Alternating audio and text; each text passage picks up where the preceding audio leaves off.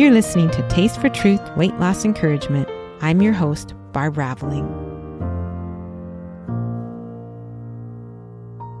Hello, everyone. How are you doing? I'm excited to be here today.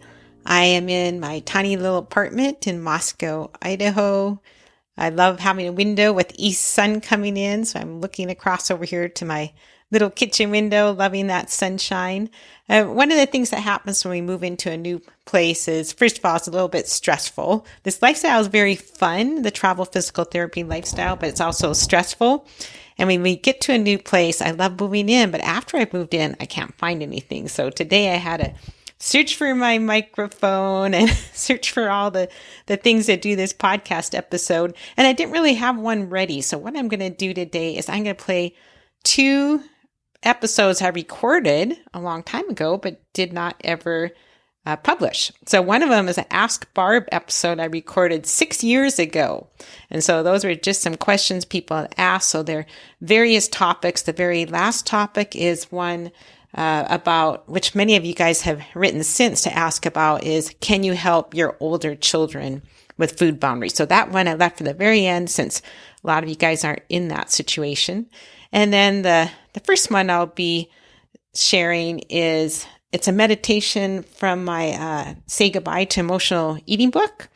And it's, I would be crazy not to eat this. So I just shared how I would answer those questions. So I hope those will be helpful.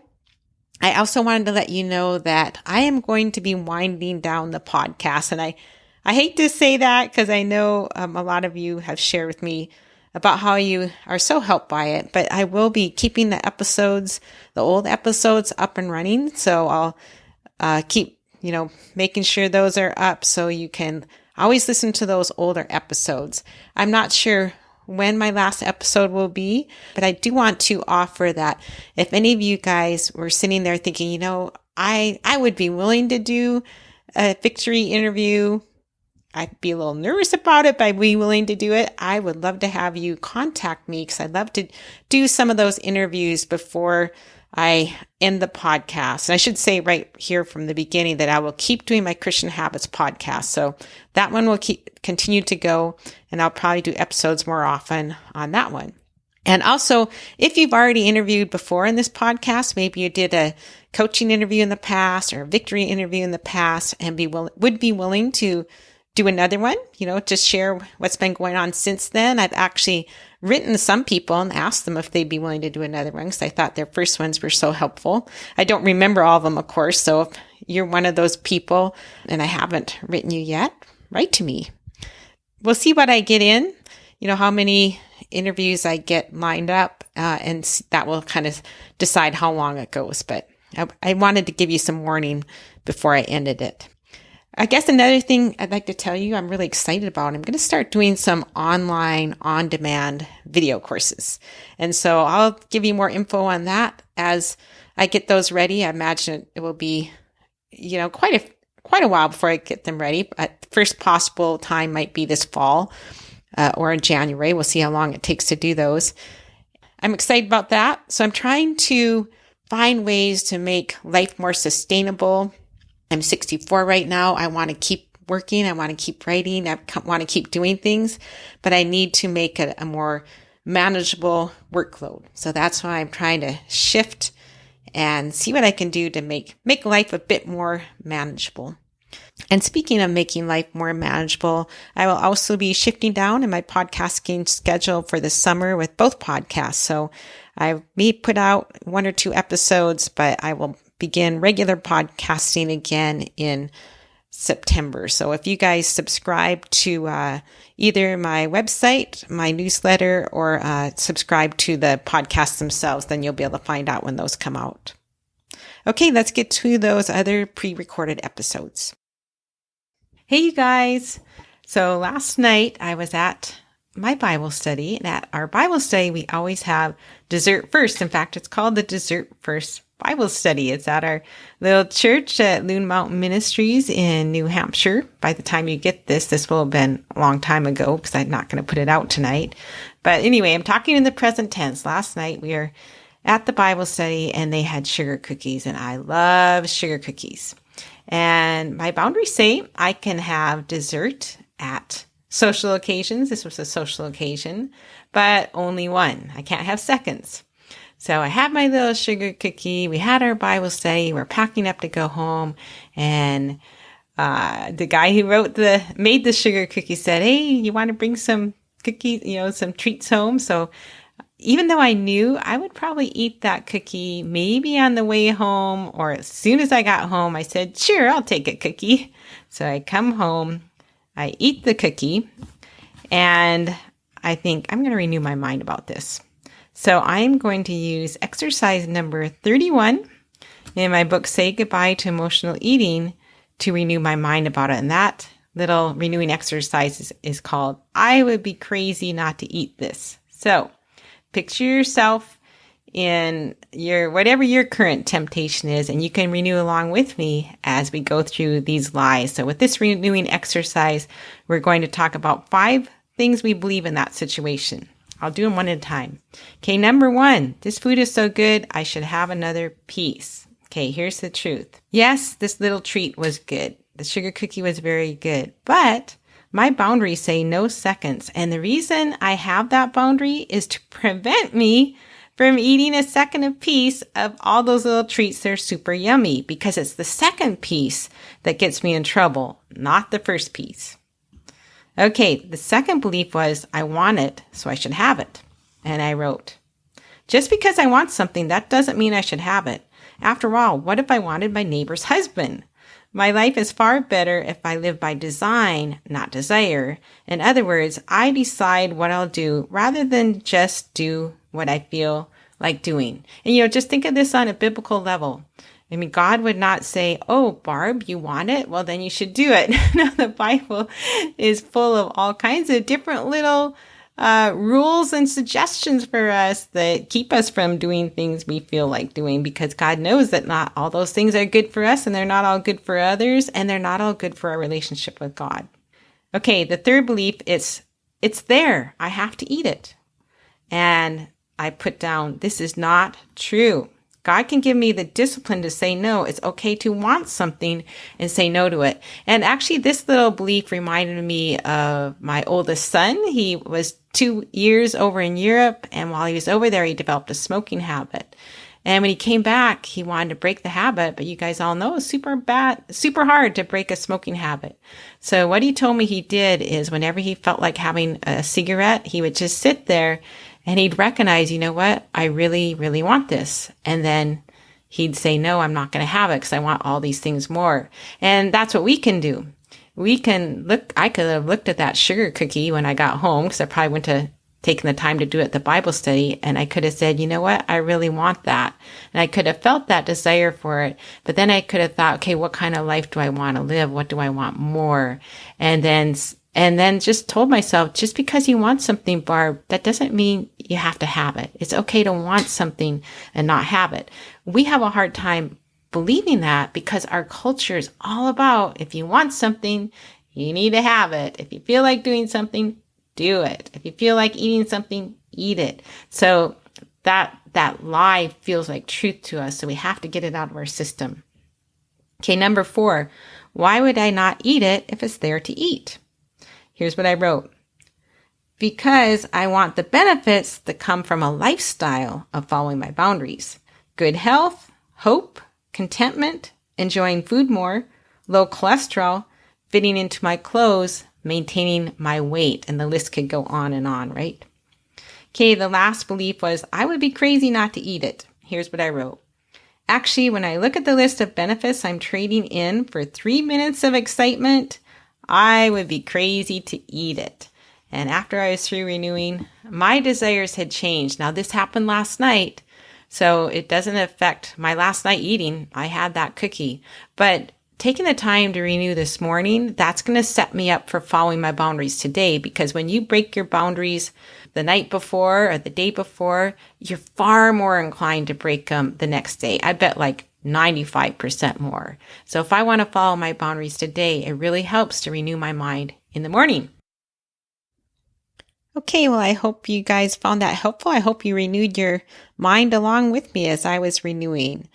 I want to get on to the Ask Barb next, but before I do, There was a little bit of talk in that Ask Barb about trials. I think I might have mentioned counseling. I can't remember.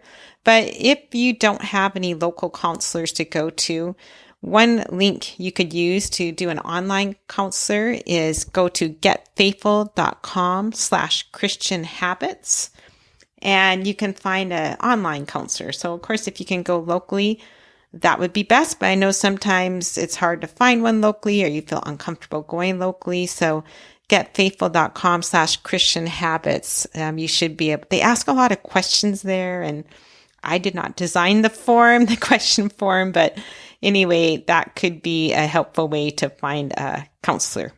And also help the Christian Habits podcast and the Taste for Truth podcast at the same time, as that is an affiliate link. Okay, let's get on to our Ask Barb questions. These are on a number of different topics, and I hope you find one of them that will help you. Okay, well, let's get started with these questions. Okay, Nina asks, I'm dealing with something that I don't know how to understand. My problem is when I eat something that isn't healthy, sweets for example, I don't feel guilty. I used to berate myself for doing that, but somewhere along the journey, it doesn't bother me anymore. This is scary to me. Can you help me understand what's happening here? Thank you. Okay, well, this is an interesting question. I think many of us have felt the same way before, where we kind of beat ourselves up when we, don't eat well. But this isn't really helpful, because when we beat ourselves up, we're so busy beating ourselves up that we don't take time to go to God, to renew our mind, to see the situation from His perspective. And that's what we need to do if we change. And you know what? God doesn't want us to beat ourselves up. He loves us. He wants to help us. Think of how Jesus treated the woman who was caught in adultery. He didn't beat her up emotionally with words. He just said, go and sin no more, and I don't condemn you. So don't condemn yourself when you break your boundaries. Just as soon as possible, try and renew your mind. And if you're tempted to condemn yourself, then try and do the self-condemnation questions on the I Deserve a Donut app. And I would also say that it's not a problem if you don't feel guilty for eating unhealthy things, because we shouldn't feel guilty for eating sweets or unhealthy things, because eating sweets isn't a sin, right? Guilt should come from sin, but it shouldn't come from things like eating sweets. So you might say to yourself, okay, well, I'll try to eat less sweets, or I'll make boundaries so I'm not eating as many sweets, but don't beat yourself up when you do eat them. If we feel like, okay, we're never going to break our boundaries, we're being unrealistic in our expectations, because chances are sometimes we are going to break our boundaries. Okay, the second question is from Nancy, and she says, I know it sounds nuts, but every time I set the boundaries and try to live by them, only 3 meals a day, I get deeply depressed, really depressed. Have often wished I knew of a Christian counselor around here, but so far haven't found one. I watch Joyce Meyer a lot, and she says over and over that God's love will heal everything. I must admit I've had trouble believing how much He loves me. Okay, I would say this isn't that surprising that you get depressed when you try to live by your boundaries. And here's why. If we're an emotional eater, we're used to numbing our emotions with food. So let's say something bad happens and we're sad or we're depressed or we're angry. Okay, if we go and eat something, okay, all of a sudden we feel a little bit better, right? So if I'm eating a bowl of ice cream, all of a sudden, whatever happened isn't bothering me as much anymore because I have my ice cream, right? So food numbs the pain. So if we're going to set boundaries and all of a sudden we're not going to eat whenever we're upset, those emotions don't have any place to go anymore. And they start coming on strong. Like I had one friend who, once she started following her boundaries, she started getting really angry with her husband. And she noticed that. Okay. I guess the thing is what do you do with your emotions? Something bad happens. What are you going to do with your emotions? I do think it'd be really great if you could find a counselor, if it's something that you need help with. And I know that like you could ask your church pastor or maybe do a Google search and try and find a counselor. And you could also try truth journaling or renewing your mind about whatever that situation is that upset you. We will be so much better off if instead of eating whenever something bad comes up, we deal with it with God and kind of work through it. My new Bible study rally is actually a study about working through all those hard things in life. So that would be another study that could help you with emotional eating, and also freeing from emotional eating can help you with that.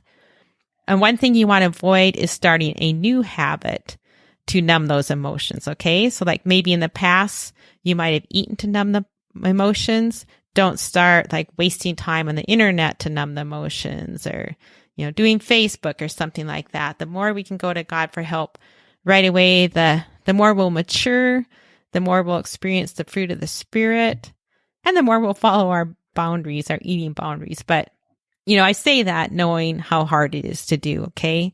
Because certainly there are times when something happens in the middle of the day and I know I should be going to God, and I avoid Him all day and finally go to Him and talk it out at the end of the day. So it can be hard to do that, but if you can, just the sooner you can do it, the better.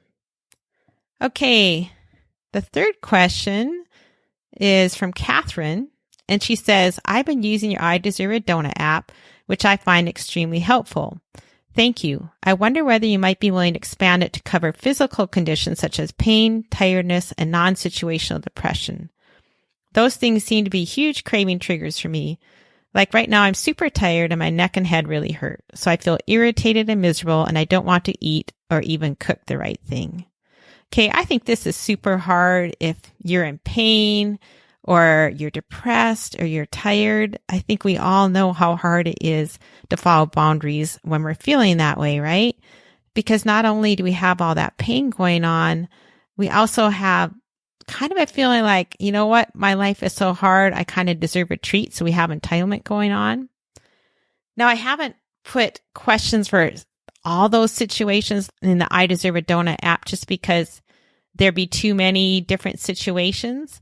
And I've also found that no matter what the situation, if it's a trial, we all experience the same types of emotions in a trial. Okay. So whether my trial is pain or is depression, because depression can actually be a trial because it feels so miserable, right? Or if it's a relationship issue or a work problem, all those trials, we experience the same emotions. We experience anger, discontentment, worry, insecurity, envy. So we'll experience all those same emotions. So if you're in those trials, no matter what it is, look for that emotion on the app and renew your mind with those emotions. I think there's two main truths we need to believe to overcome these situations. And one is that overeating doesn't help. It will make things worse in the long run. Okay, so we have a truth deeply ingrained in our system that cocaine doesn't help, right? I would guess hardly any of us listening are tempted to go do cocaine whenever life is hard. That's because we believe it won't help. It will just cause problems. Okay, we need that same truth level with food to believe that overeating won't help. It will just create more problems in the long run. And the second truth we need to believe is that God can use the trial for my good. Yes, this is hard to believe, right? If we're in a lot of pain, if we're depressed, it's hard to believe that God can use this trial for my good. But the Bible says in 1 James 2-4, count it all joy when you encounter trials. Okay, He can use them to mature us, to make us perfect and complete, lacking in nothing. And He can help us be content in all situations. So try and believe those two things. That'll help. Often what we need to do is just accept what we need to accept. And sometimes what we need to accept will feel unacceptable, right? Okay, I do have some tiredness questions on my blog at barbraveling.com. I'll include a link to that in the show notes. I don't know why I didn't put that on the I Deserve a Donut app, but for some reason I didn't. So I have, it's like, do you eat when you're tired? 8 questions that will help, or something like that. So you can use those. That's actually one of the few areas that I don't have a tendency to believe and overeat for. So usually I test the questions on myself to see if they work, and I couldn't test those questions on myself since that's the one issue I don't struggle with. So anyway, you can try and see if they're going to work. Okay, another set of questions you could use for ongoing pain or depression, those sorts of things, are the tired of the struggle eating questions. And then just tweak them to work with what you're dealing with. So the second question you could say, why do you think it's so hard to deal with these physical issues? Okay. So try that. I think I also have, like in the Renewing the Mind project, I have despair questions that might help, and maybe tired of the struggle questions in that book too. Okay. So anyway, hope those are some ideas that might be helpful if you're struggling with pain or depression or tiredness. And of course, it would help so much if you could get to a counselor if you're really depressed. I think it's very helpful. Or, you never know if there might be some physical things that you might need to change. So going to a doctor would really help in that situation too. And I would just add one last thing on a practical level. If you're feeling depressed or tired, I think a lot of times it helps to go outside, go for a walk, call a friend, just do something to kind of take us out of ourselves and help us forget about ourselves. So anyway, that's just one last idea. Okay, the last question, I've saved that for the end because not everybody has kids. And this is a question that deals with if you have kids. Okay, lots of people have written to ask me about how to help their kids. Okay, here's just an example. And I won't say the name of this mom just in case any of the kids are listening. Okay, I have been working on your book, Taste for Truth.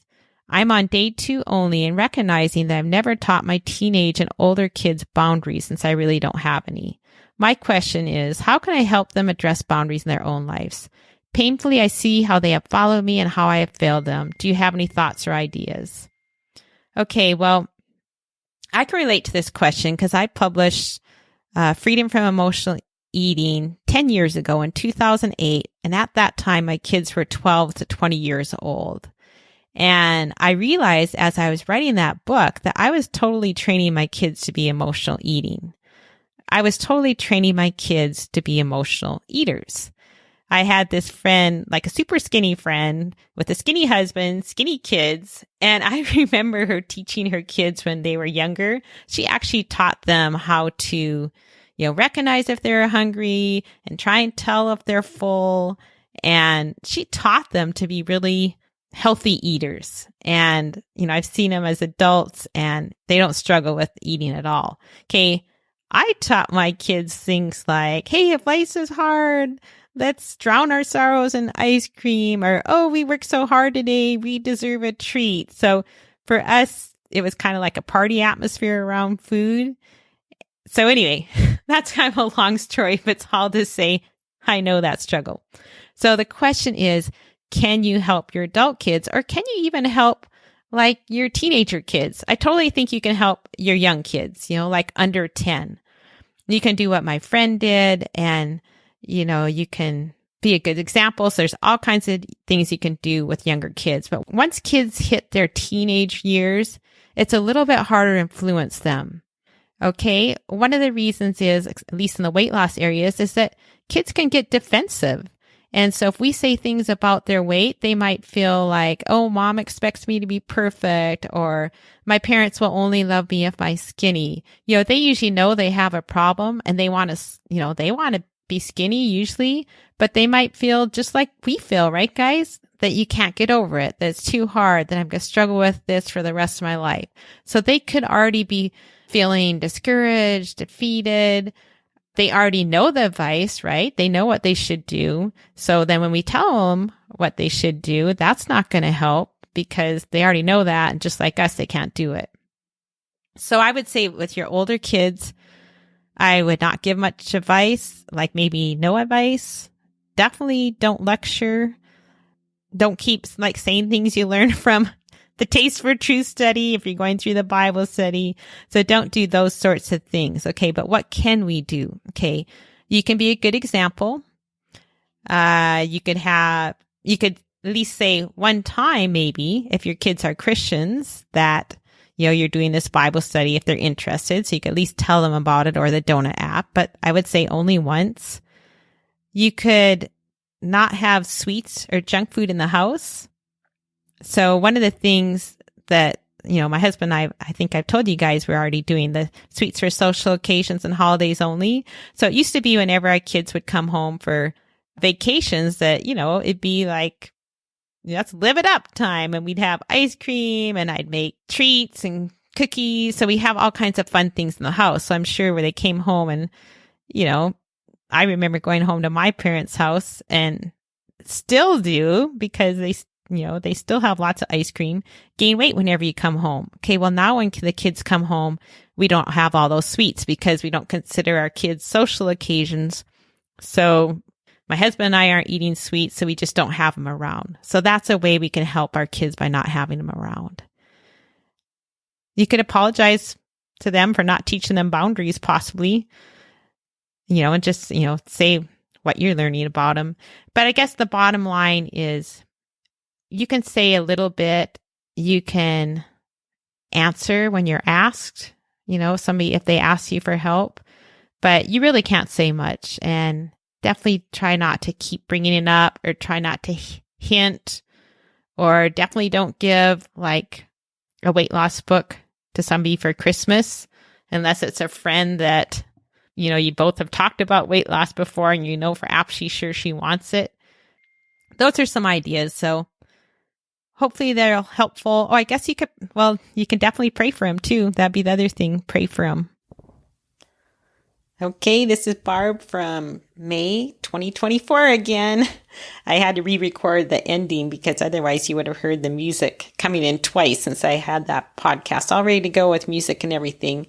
Great to be with you guys today. I still am doing that Philippians online Bible study. There's still time for you guys to join that if you want.